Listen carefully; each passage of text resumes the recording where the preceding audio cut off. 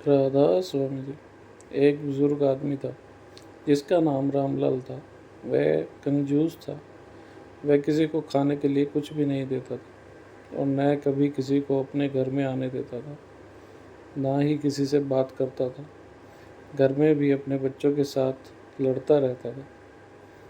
उसके घर में कभी कोई नहीं आता था, न ही वह कभी मंदिर या गुरुद्वारे जाता था और ना ही किसी को कुछ दान वगैरह देता था।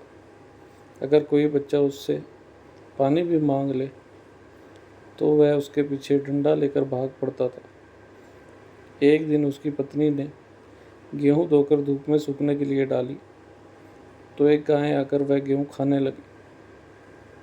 तो वह गाय के मुंह से भी गेहूं निकाल लेना चाहता था। उसकी पत्नी ने कहा कि यह आप क्या कर रहे हैं?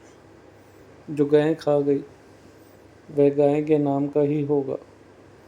घर में सभी हंसने लगे तो वह बोला, हंस लो हंस लो, जो कमाता है उसको ही पता होगा कि कैसे कमाया जाता है।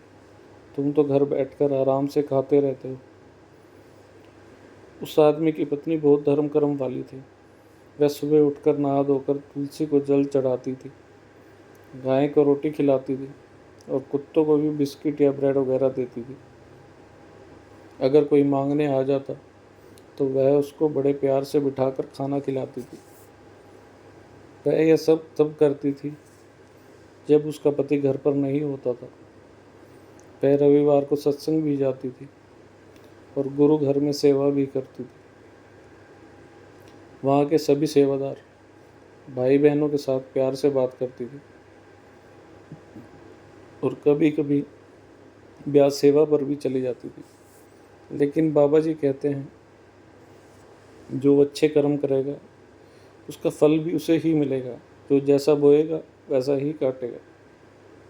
अगर हम कांटे बोएंगे तो हमें कांटे ही मिलेंगे। अगर हम आम बोएंगे तो खाने के लिए आम ही मिलेंगे। साध संगत जी, बाबा जी समझाते हैं, जैसा करोगे वैसा भरोगे।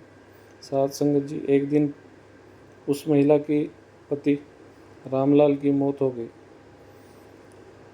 वह उनके आगे हाथ जोड़ता रहा कि आप मुझे मत लेकर जाओ, मुझे अभी और जीना है। अभी मेरा समय नहीं आया। आप गलती से मुझे लेकर जा रहे हैं। लेकिन यमराज के दूत उसे ले जा रहे थे। रास्ते में उसे भूख प्यास लगी तो वह बोला कि मुझे भूख लगी है, तुम मुझे खाने को कुछ दे दो। तो यमदूत बोले कि तूने कभी किसी को खाने के लिए कुछ दिया है?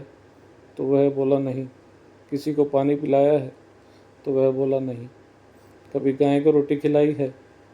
तो वह बोला मैंने कभी किसी को कुछ नहीं दिया। इतने तक वह धर्मराज के दरबार में पहुंच गए। धर्मराज ने खाता खोला तो बोला कि तुम किसे पकड़ कर ले आए हो? तो यमदूत बोले, यह तो रामलाल है जिसको आपने लाने के लिए भेजा था। धर्मराज ने कहा कि हमने इसे नहीं, इस उनकी पिछली गली में रामलाल रहता है, उसे लाने को कहा था। तुम जल्दी से जाओ और इसे वापस छोड़ कर आओ, कहीं इसके शरीर को अग्नि के स्पुर्द न कर दें। यमदूत जल्दी से उसे नीचे लेकर गए। वहाँ पर उसे शमशान में लेकर जाने की तैयारी चल रही थी। वे उसे नहलाने लगे थे तो उसने आंखें खोल दी। सभी लोग डर गए कि शायद रामलाल का भूत आ गया है। लेकिन रामलाल ने अपनी आप बीती सबको बताई कि मैं सच में मर गया था। लेकिन जब यमदूत मुझे धर्मराज के पास ले गए तो धर्मराज ने कहा कि इस रामलाल को नहीं, जो उनकी पिछली गली में रहता है उसे लेकर आना था। उन्होंने बताया कि इतनी देर में पड़ोसी जो उसके संस्कार के लिए आए थे, उनकी पिछली वाली गली रामलाल जी चले गए हैं। रामलाल जी की पत्नी व बच्चे उनको जिंदा देखकर बहुत खुश थे। उन्होंने उस समय मिठाई मंगवाई और सबको बांटी कि अभी बाबा जी ने मेरे पति को कुछ समय और हमारे साथ रहने के लिए दे दिया है। लेकिन उन्होंने कहा कि कल तुम बड़ा भंडारा करवाओ और सारे मेहमान तो यहाँ पर आए हुए हैं। तो उनकी पत्नी यह सब सुनकर हैरान हो गई। आपकी तबीयत तो ठीक है, तो बोला, जब मैं ऊपर गया था तो मैंने खाने के लिए कुछ मांगा तो यमदूत बोले, तुमने कभी किसी को खाना खिलाया है? मैंने नहीं कहा। तो वह बोले, तुमने किसी को कुछ नहीं खिलाया तो हम तुम्हें कहाँ से देंगे, और न ही उन्होंने मुझे पीने के लिए पानी दिया। तुमने किसी को पानी भी नहीं पिलाया।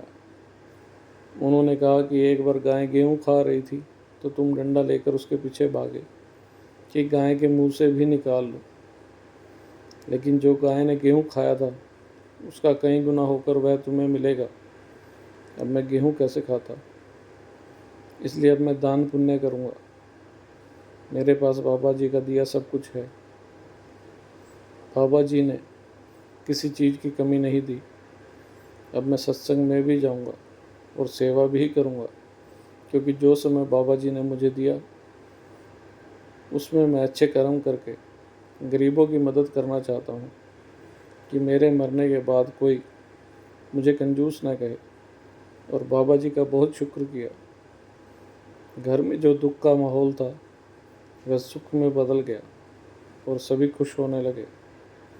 उसकी पत्नी शब्द बोलने लगी कि बाबा जी कहते हैं, कर्म तेरे सामने तेरे आणगे, अंत वेले सब तेनू चढ़ जाणगे। राधा स्वामी जी।